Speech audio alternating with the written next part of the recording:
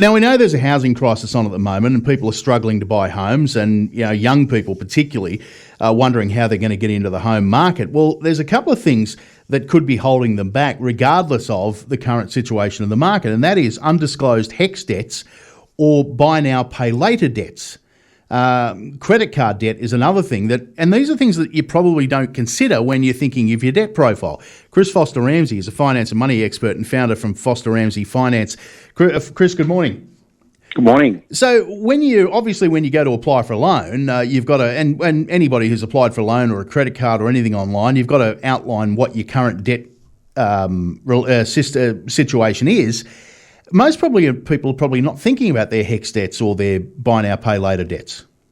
No, it is easily overlooked and can be problematic if there's an active commitment there.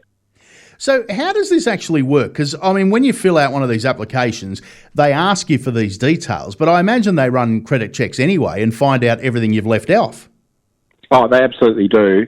And in 2024, all the systems, government and private, talk to each other in some way. So these types of commitments are you can't hide them. But they're easily forgotten at the same time and problematic if you're trying to buy a home at the maximum borrowing capacity level, and have late news that you can't do that because one of these commitments has been found that alters your borrowing capacity. So what's your advice to people who have that? Because most of us have got them now. What's your advice if you want to go into the housing market and you want to get yourself a loan at the maximum, you want to get the maximum you can borrow?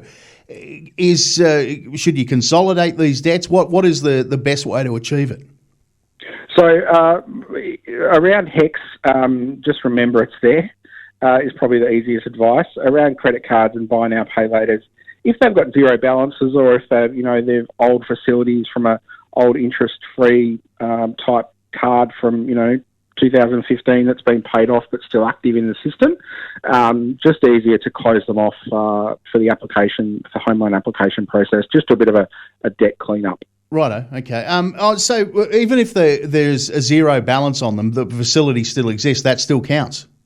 It does, yes, absolutely. And there's one provider that you've actually got to ring once you've paid out that interest-free facility. Yep. You've got to ring them and actually ask them to close it off. It doesn't close off automatically. Yeah, righto, okay. All right. So if somebody has got these debts and not just the facility, is there any way to, roll that into a mortgage or something like that? Is that something worth doing? Perhaps, yeah. We can look at that. Any lender or broker will be able to look at that for the person. There are ways to do that as well. All right, but just to be aware of all of the commitments that you do have. That's the main message, yes. Good on you, Chris. Appreciate your time this morning. Thanks, Steve. Chris Foster-Ramsay, finance and money expert from Foster-Ramsay Finance.